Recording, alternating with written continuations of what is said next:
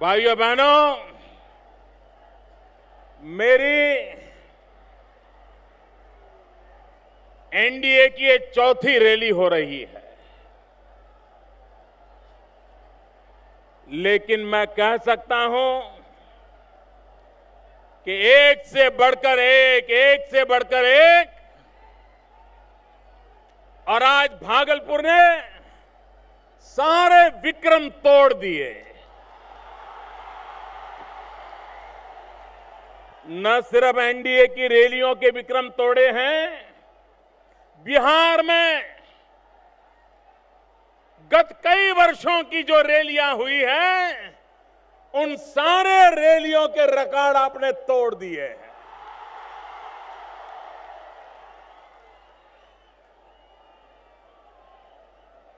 जो पॉलिटिकल पंडित है, वे भली भांति हवा का रुख पहचान लेंगे। जनता जनार्दन का मिजाज क्या है, ये लोग पहचान लेंगे।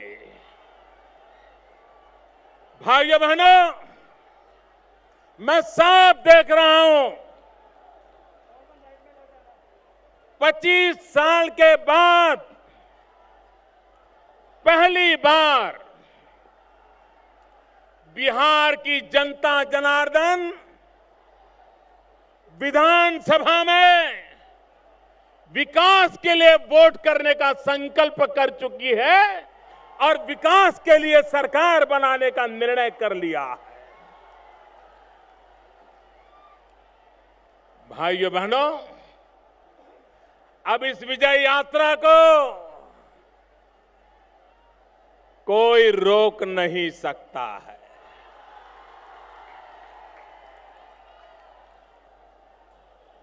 कितने ही दल इकट्ठे हो जाए, कितने ही नेता इकट्ठे हो जाए, कितने ही भ्रम फैलाए जाए, कितने ही झूठ चलाए जाए, कितने ही धोखे दिए जाएं, लेकिन अब बिहार की जनता विकासशील बिहार बनाने के लिए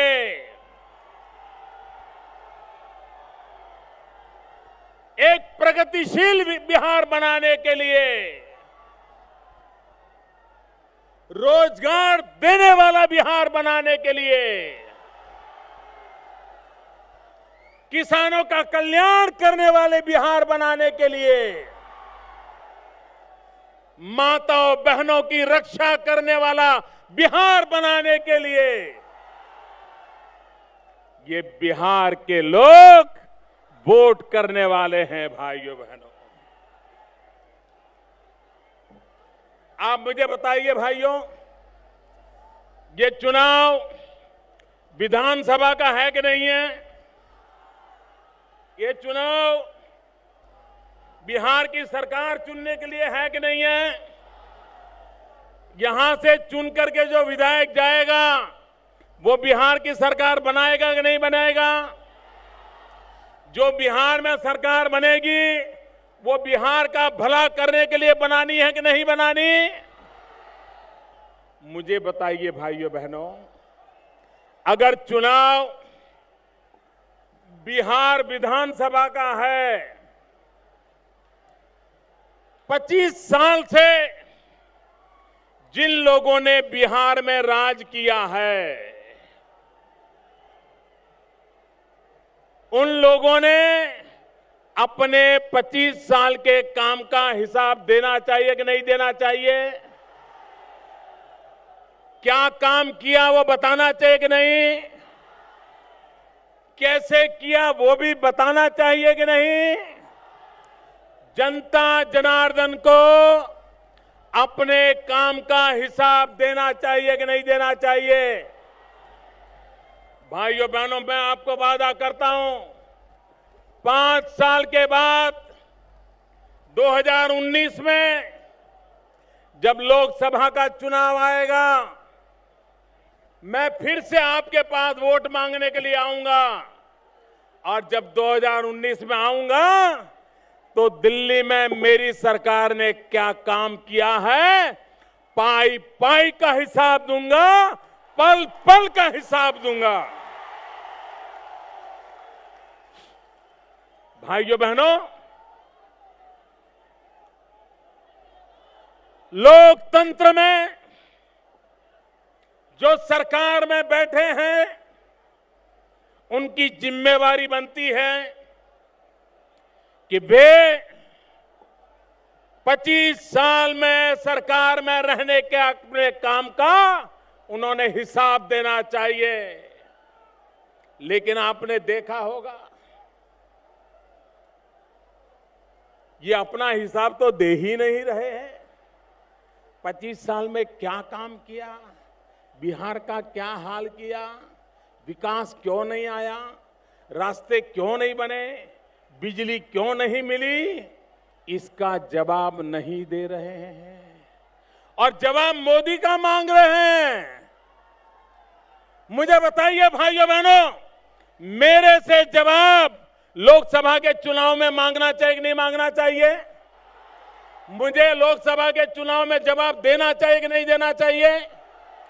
मैं जनता जनार्दन का सेवक हूं, मेरा दायित्व बनता है जब लोकसभा का चुनाव आए मुझे आपको हिसाब देना चाहिए और मेरे काम के आधार पर आपसे वोट मांगने चाहिए। लेकिन मेरे भाइयों बहनों, ये सरकार में बैठे लोग अपने काम का और अपने कारनामों का हिसाब देने के लिए तैयार नहीं है और इसलिए मैं बिहार की जनता से आग्रह करता हूं कि जो सरकार में बैठे हैं वो अगर आपसे वोट मांगने आए, आप उनको सवाल कीजिए कि आपने वादा किया था कि 2015 में अगर मैं बिजली न दूं तो मैं वोट मांगने के लिए नहीं आऊंगा। ये कहा था, ये कहा था? बताइए मेरे भाइयों बहनों, कहा था?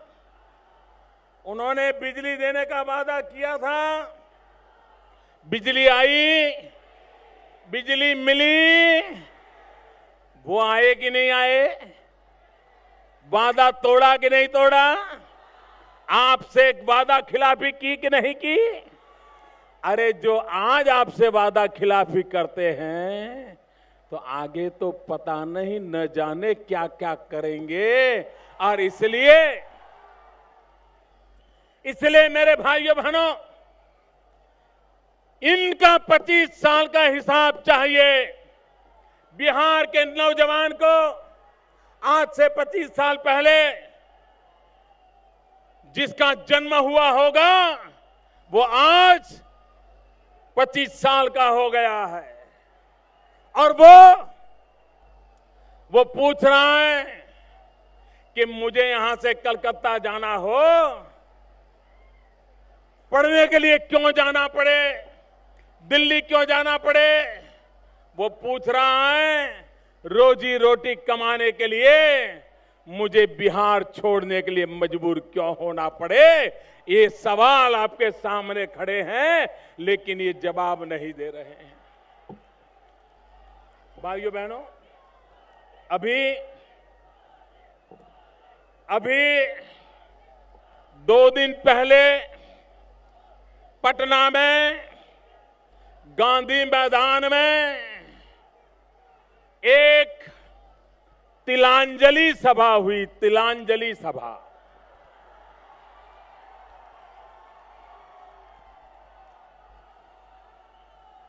उस सभा में राम मनोहर लोहिया जी को तिलांजलि दी गई। उस सभा में जयप्रकाश नारायण जी को तिलांजलि दे दी गई। उस सभा में कर्पूरी ठाकुर को तिलांजलि दे गई। भैया, राम मनोहर लोहिया और उनके सारे चेले चपाटे जीवन भर कांग्रेस के खिलाफ लड़ते रहे। देश को बचाने के लिए जेलों में भी सत्याग्रह करके पहुंचते रहे, लेकिन उन्हीं के चेले सत्ता स्वार्थ के लिए, सत्ता की भूख के लिए राम मनोहर लोहिया जी को छोड़ करके परसों गांधी मैदान में उन लोगों के साथ बैठे थे जिनका राम मनोहर लोहिया जी ने जीवन भर विरोध किया था। ये कौन से सिद्धांत हैं आपके? ये कौन सी आपकी नीतियां हैं? भाइयों बहनों, जयप्रकाश नारायण जी ने जिस गांधी मैदान में संपूर्ण क्रांति का बिगुल बजाया था, जयप्रकाश नारायण जी ने भ्रष्टाचार के खिलाफ एक लड़ाई छेड़ी थी और कांग्रेस पार्टी ने, कांग्रेस की सरकार ने जयप्रकाश नारायण जी को जेल में बंद कर दिया था। पूरे हिंदुस्तान को जेल खाना बना दिया था और जयप्रकाश जी को जेल में क्या किया गया? ऐसी हालत कर दी गई कि वो बीमार हो गए और फिर कभी जयप्रकाश जी, उनका स्वास्थ्य ठीक नहीं हुआ और हमें जयप्रकाश जी को खोना पड़ा। मैं इन लोगों को पूछना चाहता हूं, जो लोग जयप्रकाश जी की उंगली पकड़ करके राजनीति के पाठशाला में आए थे और अब तक जयप्रकाश जी के गीत गाके गाके अपनी राजनीति करते रहे थे, उन्होंने परसों जयप्रकाश नारायण को भी तिलांजलि दे दी और उन लोगों के साथ बैठे, उन लोगों के साथ बैठे जिन्होंने जयप्रकाश नारायण जी को जेल के अंदर बंद करके उनके स्वास्थ्य के साथ गंभीर प्रकार की समस्याएं पैदा हुई थी। और इसलिए मैं कहता हूं, ये परसों की सभा एक प्रकार से, ये परसों की उनकी रैली, ये राम मनोहर लोहिया, जयप्रकाश नारायण, कर्पूरी ठाकुर, इन महापुरुषों को तिलांजलि देने की रैली थी। जिन्होंने जयप्रकाश की तिलांजलि की, जिन्होंने राम मनोहर लोहिया जी की तिलांजलि की, जिन्होंने कर्पूरी ठाकुर की तिलांजलि की, उनकी तिलांजलि आप करोगे?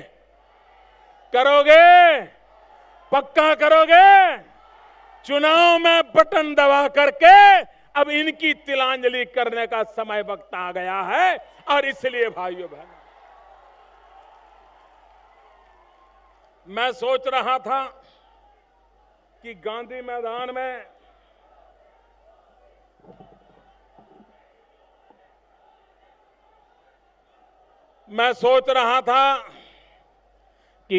मैदान में एक से बढ़कर एक सारे लोग बैठे थे। किस चीज में बढ़कर के थे वो तो व्याख्या आप करना, मैं नहीं करूंगा, लेकिन एक से एक बढ़कर के एक थे। और मुझे लगता था कि बिहार में उनकी चुनाव की इतनी महत्वपूर्ण रैली है, वे जरूर बिहार के भविष्य के विषय में बताएंगे, बिहार के नौजवानों के भविष्य के विषय में बताएंगे, बिहार से गुंडा राज की मुक्ति के लिए बताएंगे। लेकिन भाइयों बहनों, न सिर्फ बिहार निराश हो गया, पूरा हिंदुस्तान निराश हो गया कि उस सभा में बिहार कैसा बने, बिहार को आगे कैसे ले जाया जाए, इसके विषय में कोई चर्चा नहीं हुई, कोई योजना नहीं बनी। मतदाताओं ने वोट क्यों देना चाहिए, इसके लिए कोई मुद्दे पेश नहीं किए गए। भाइयों बहनों, किया क्या गया? सबका एक ही कार्यक्रम था, मोदी मोदी मोदी मोदी मोदी मोदी। मैं सोच रहा था कि एनडीए की सभाओं में या विदेशों में नौजवान तो मोदी मोदी करते हैं, लेकिन मैं हैरान था, ये भी मोदी मोदी मोदी कर रहे थे।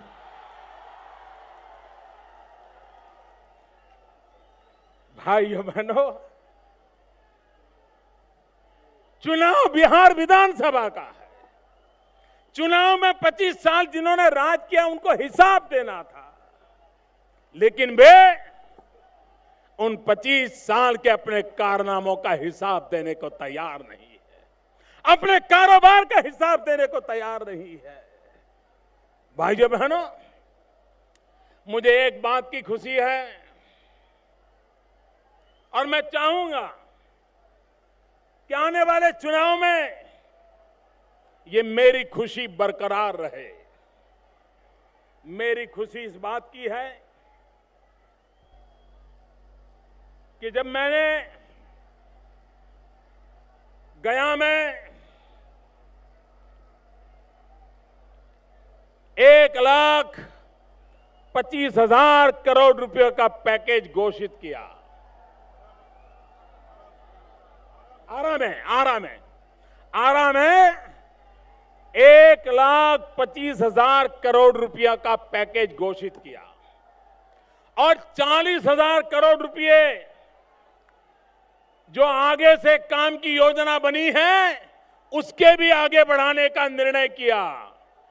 कुल मिलाकर के बिहार को दिल्ली सरकार के खजाने से 1,65,000 करोड़ रुपया का पैकेज हमने घोषित किया। 2-3 दिन तो हमारे पैकेज की मजाक उड़ाते रहे, बाल की खाल उधेड़ते रहे, लेकिन बिहार की जनता के गले उतार नहीं पाए।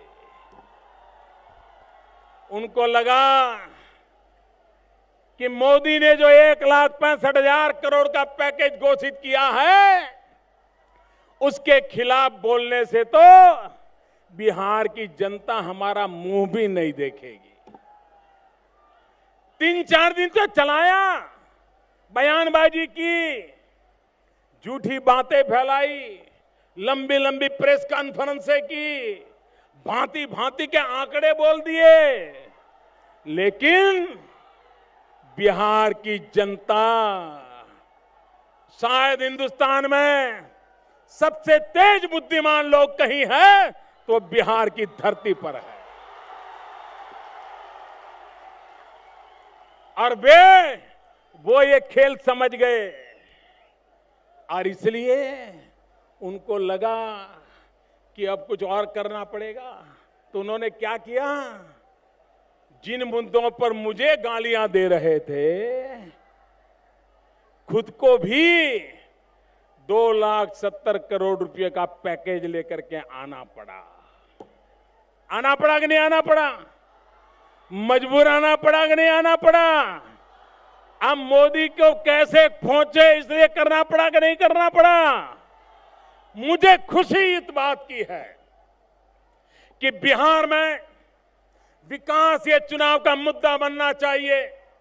मुझे खुशी इस बात की है, चाहे यूपीए के लोग हो चाहे एनडीए के लोग हो, दोनों अपनी अपनी तरफ से बिहार का भला कैसे करेंगे वो मुद्दे लेकर के आए। चुनाव में यही आवश्यक होता है। और मुझे खुशी है कि मुझे 25 साल तक जिन्होंने जातिवाद का जहर फैलाया, सांप्रदायिकता का जहर फैलाया, उन लोगों को मजबूरन पैकेज लेकर के आना पड़ा है। भाइयों, मुझे बताओ भाइयों बहनों, इससे बिहार का लाभ होगा कि नहीं होगा? मोदी पैकेज लाए तो भी लाभ होगा कि नहीं होगा? बिहार की सरकार पैकेज लाए तो भी लाभ होगा कि नहीं होगा? अब चुनाव सही दिशा में आया कि नहीं आया?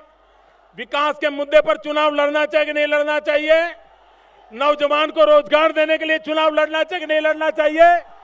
गुंडा राज को खत्म करने के लिए चुनाव लड़ना चाहिए कि नहीं लड़ना चाहिए?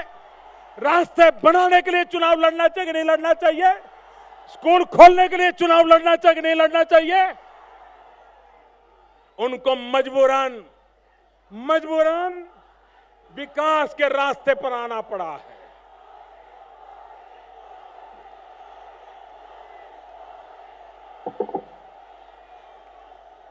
और इसलिए भाइयों बहनों, मैं तो चाहता हूं दिल्ली सरकार और राज्यों के बीच विकास की स्पर्धा होनी चाहिए।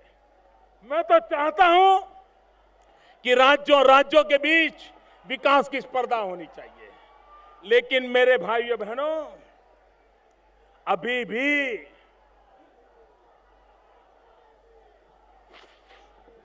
जनता से धोखा करने का कुछ लोगों का स्वभाव नहीं जाता है। जनता की आंख में धूल झोंकने की कुछ लोगों की आदत नहीं जाती है। मैं जरा आंकड़े बताना चाहता हूं। बताऊं भाइयों? आप घर घर मेरी बात पहुंचाओगे? हर किसी को समझाओगे? मैं आपको बताता हूं। आज बिहार में हर वर्ष विकास का जो बजट होता है वो 50-55 हजार रुपया करोड़ होता है। 50-55 हजार करोड़ एक साल का होता है। मुझे बताइए 5 साल का टोटल कितना होगा? 5 साल का टोटल कितना होगा? 2.5 लाख करोड़ होगा कि नहीं होगा?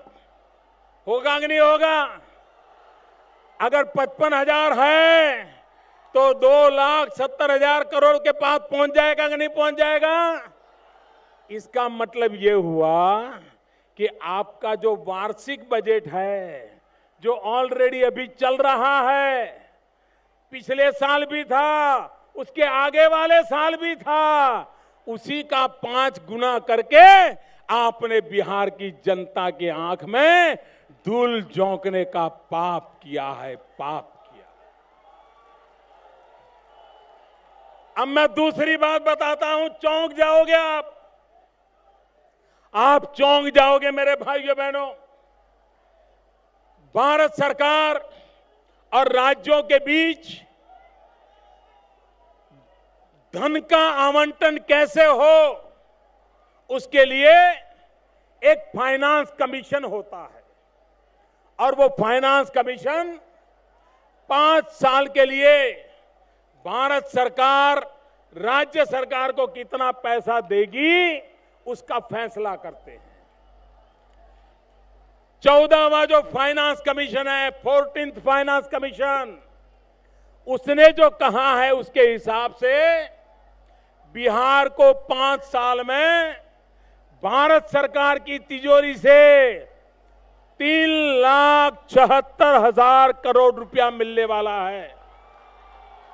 कितना? जरा बोलिए कितना? 3,76,000 करोड़, करीब 4.25 लाख करोड़ रुपया दिल्ली से 5 साल में मिलने वाला है। और ये वो मेरा 1,65,000 करोड़ का जो पैकेज है उससे अलग है। वो 1,65,000 करोड़ का पैकेज अलग, 4.25 लाख करोड़ फाइनेंस कमीशन से आने वाले हैं बिहार की तिजोरी में। अब मुझे बताओ भैया, जरा ध्यान से सुनिए, जरा मुझे समझाइए।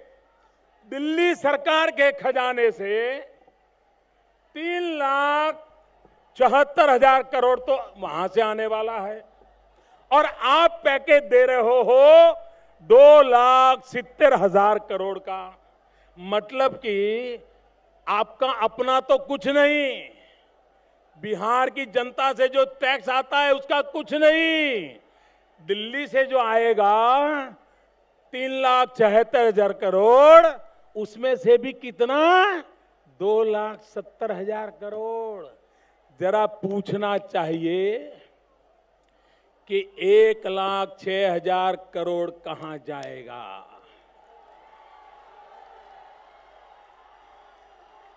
1,06,000 कहां जाएगा, बताओ जरा, 1,06,000 करोड़ कहां जाएगा।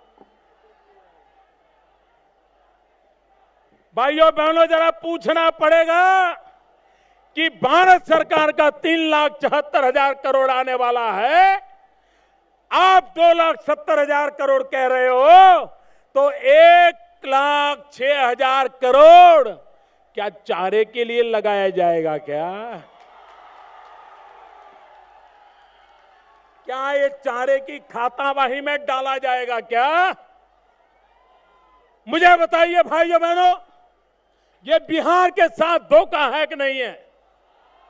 ये बिहार की आंख में धूल झोंकी गई कि नहीं की गई? ये बिहार के लोगों को मूर्ख बनाने का प्रयास है कि नहीं है? लेकिन सत्ता के नशे में चकचूर लोग समझ लें, आप बिहार के बुद्धिमान लोगों को कभी मूर्ख नहीं बना पाओगे। भाइयों बहनों, मुझे आज एक बात ये भी कहनी है, क्योंकि मैं चाहता हूं विकास के मुद्दे पर चर्चा हो देश में, और विकास के आधार पर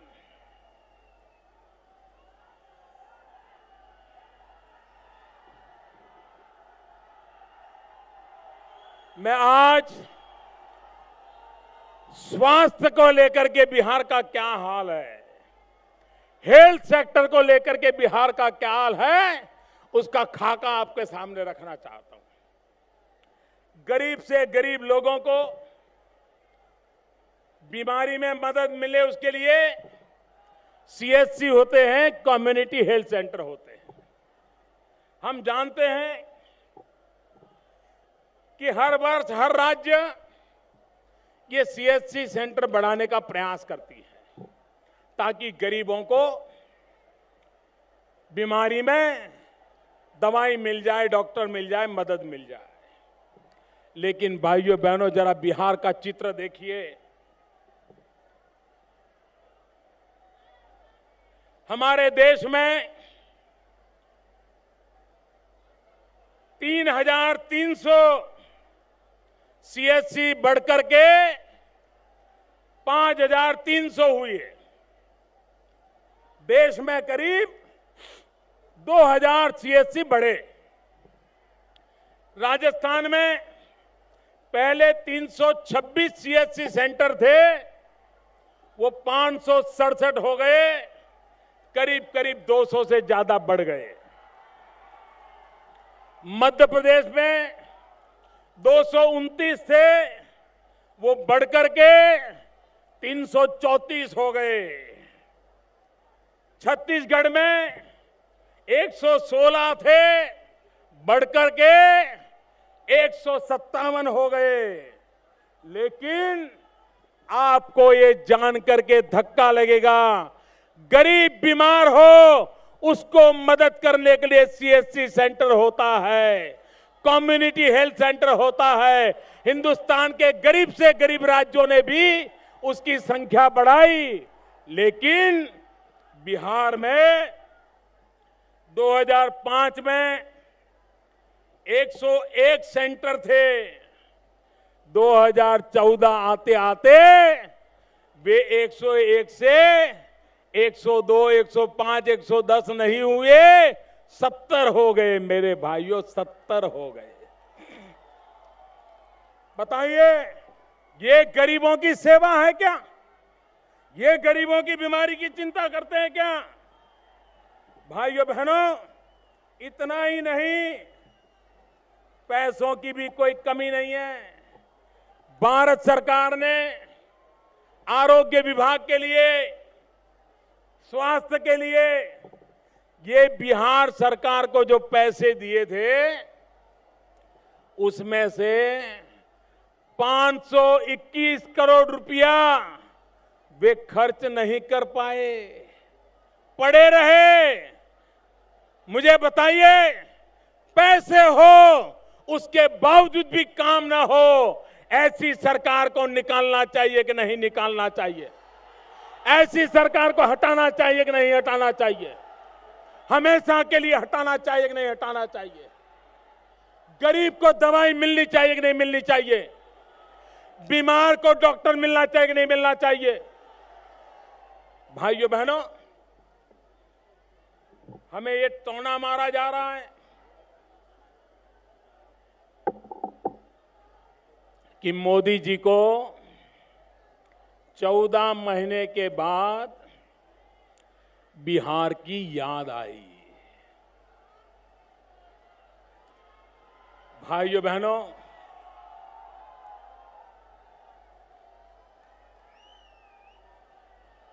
जिनको सच बोलने की आदत नहीं है उनके लिए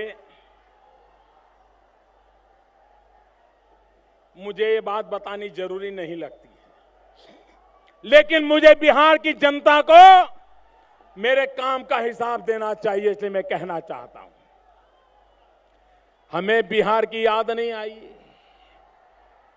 भाइयों बहनों, जब नेपाल में भूकंप आया और मुझे लगा कि ये भूकंप का असर बिहार में भी हुआ होगा, मैं पहला व्यक्ति था जिसने बिहार के मुख्यमंत्री को फोन किया कि भूकंप की स्थिति में आपकी क्या स्थिति है। उन्होंने कहा, मोदी जी मैं तो दिल्ली में हूं, मुझे अभी तो कोई जानकारी नहीं है। मैंने बिहार के हर जिले में फोन किया, एनडीए के हर नेता से फोन किया, सबको दौड़ाया। मैंने कहा यह भूकंप का असर बिहार के भी नेपाल से सटे हुए जिलों में हो सकता है, तुरंत पहुंचिए। इतना ही नहीं, मेरी सरकार के मंत्रियों को बिहार के हर जिले में भेजा, जबकि बिहार की सरकार ने क्या किया वो आप जानते हैं। भूकंप के कारण जिनको मुसीबत आई है, इनकी चिंता करने का काम सबसे पहले सिर्फ दिल्ली सरकार ने नहीं, प्रधानमंत्री ने खुद ने किया था। मेरे भाइयों बहनों, इतना ही नहीं, पिछले वर्ष हमारी सरकार नई नई बनी थी और नेपाल में कोसी नदी के ऊपर एक पहाड़ ढह आया, नदी बंद हो गई और लगा कि वहां पानी भरता जाएगा और जिस दिन ये पहाड़ जो आया है वो खिसकेगा तो ये पूरा पानी फिर कोसी की ओर बढ़ेगा और ये पूरा इलाका फिर से एक बार तबाह हो जाएगा। दिल्ली सरकार पहली थी, ये प्रधानमंत्री पहला था जिसने सबसे पहले दिल्ली से हमारे एनडीएमसी के कार्यकर्ताओं मुलाजिमों को जो डिजास्टर मैनेजमेंट का काम करते हैं उनको तुरंत भेजा, नदी के किनारे के गांव खाली करवाए। लोग मानने को तैयार नहीं था, समझाया, मैंने बयान दिया, दिल्ली सरकार पे भी समझाया, दिल्ली सरकार को, नेपाल सरकार को समझाने के लिए दिल्ली से अफसर भेजे और वो पानी तुरंत निकल जाए, जो पहाड़ गिरा है वो हट जाए और कोसी के गांवों की बर्बादी को बचा लिया जाए। और आज मैं नतमस्तक होकर के कहता हूं, ये समय से पहले जागने के कारण, बिहार के प्रति प्रेम होने के कारण हमने कोसी इलाके को डूबने से दोबारा बचा लिया था। मेरे भाई, इतना ही नहीं, ये हमारे मांझी जी मुख्यमंत्री थे और गांधी मैदान में भगदड़ हो गई, कुछ लोग मारे गए।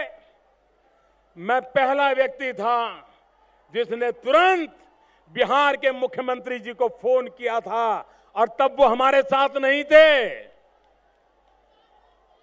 तुरंत फोन किया था, मैंने कहा कि हादसा कैसा हुआ है, मुझे क्या मदद करनी चाहिए, मुझे तुरंत बता दीजिए, मैं आपको मदद पहुंचाता हूं। भाइयों बहनों, बिहार को जो भूले ही नहीं है तो याद आने का सवाल कहां से उठता है।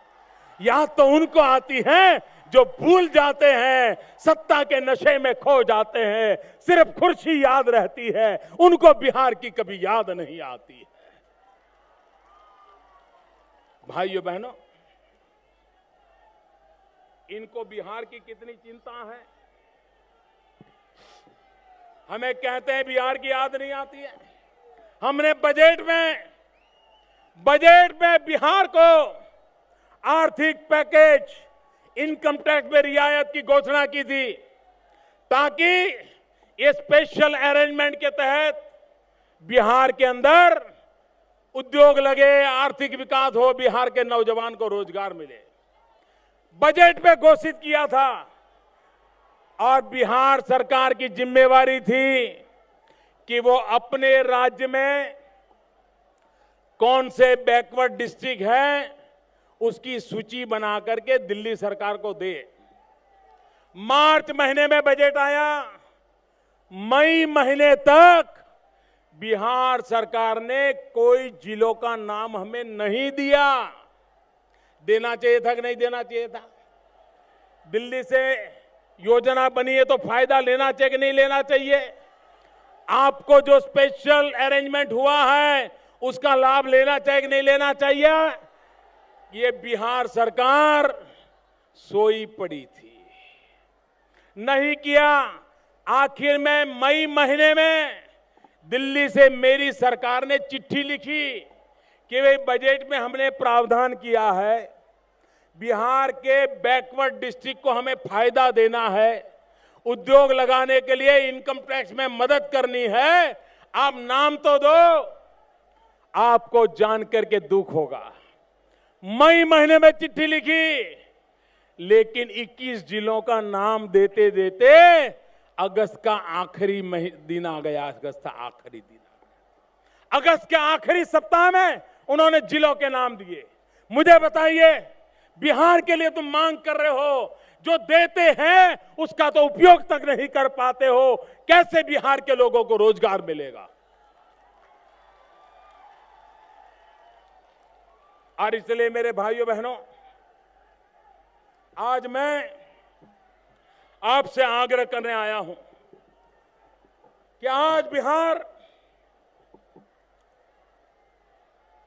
विकास की ऊंचाइयों पर जाने की ताकत वाला बिहार, तेजस्वी नौजवानों से भरा हुआ बिहार, महान ऐतिहासिक परंपराओं से संस्कारित हुआ बिहार।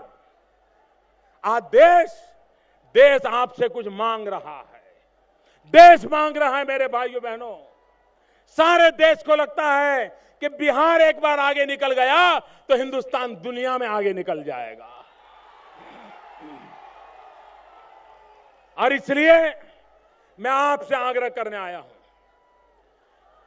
भारतीय जनता पार्टी और हमारे एनडीए के साथियों को इस चुनाव में भारी बहुमत से विजयी बनाइए। विकास के लिए वोट दीजिए, बिहार का भाग्य बदलने के लिए वोट दीजिए, और आप जैसा चाहते हो वैसा बिहार बनाने के लिए वोट दीजिए। इसी एक अपेक्षा के साथ मेरे साथ बोलिए, भारत माता की। ऐसे नहीं, आवाज पूरे बिहार में गूंजनी चाहिए। भारत माता की, भारत माता की, भारत माता की, भारत माता की। Invite to stage our honorable Mananiya Prime Minister Mananiya Narendra Modi ji.